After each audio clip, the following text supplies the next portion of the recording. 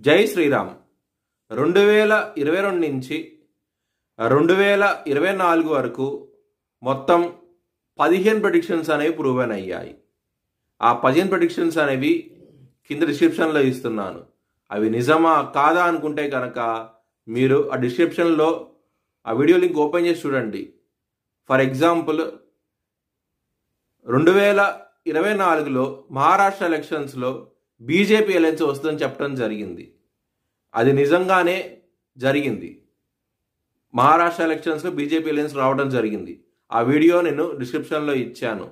ఇది మీరు చూసుకోండి. నిజమైతేనే నా ఛానల్ సబ్స్క్రైబ్ చేసుకోండి. కన్యారాశికి అధిపతి బుధుడు.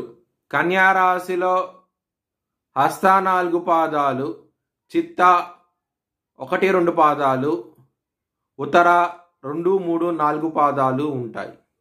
ఈ నక్షత్రం వాళ్ళందరికీ నేను చెప్పే వార ఫలితాలు వర్తిస్తాయి. ఈ వారంలో లగ్నాధిపతి అయిన బుధుడు 3వ స్థానంలో ఉన్నారు.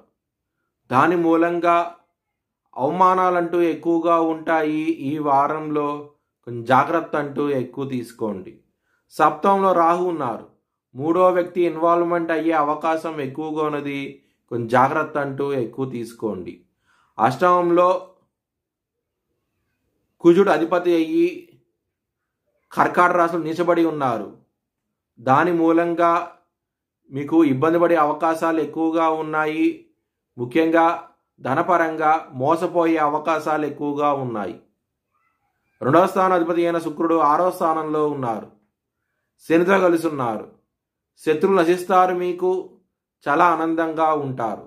4వ స్థానంలో సూర్యుడు ఉన్నారు కాబట్టి మీకు హెల్త్ పరంగా చాలా మంచిగా ఉండబోతోంది. ఈ వారం అనేది మీరు ల్యాండ్స్లో కూడా ఇన్వెస్ట్మెంట్ చేసే అవకాశాలు ఎక్కువగా ఉన్నాయి. ఈ వారంలో గురువు 9వ స్థానంలో ఉన్నారు కాబట్టి మీకు మనీ పరంగా వేరే సోర్స్ ద్వారా వచ్చే అవకాశం ఎక్కువగా ఉన్నది. ఈ వారంలో దశమాధిపతి అయిన బుధుడు 3వ స్థానంలో ఉండటం మూలంగా మీకు కెరియర్ పరంగా మాత్రం ఇబ్బందికరంగా ఉంటుంది. చాలా జాగ్రత్త అంటూ ఎక్కువ తీసుకోండి. ఎవరైనా సరే అప్పు ఇస్తే కనుక అది వచ్చే అవకాశాలు చాలా తక్కువగా ఉన్నాయి. కోర్టు కేసులు ఉంటే కనుక అవి మీకు వ్యతిరేక తీర్పు వచ్చే అవకాశం ఎక్కువగా ఉన్నది. లవర్స్కి చాలా అనుకూలంగా ఉండబోతోంది ఈ వారం అనేది.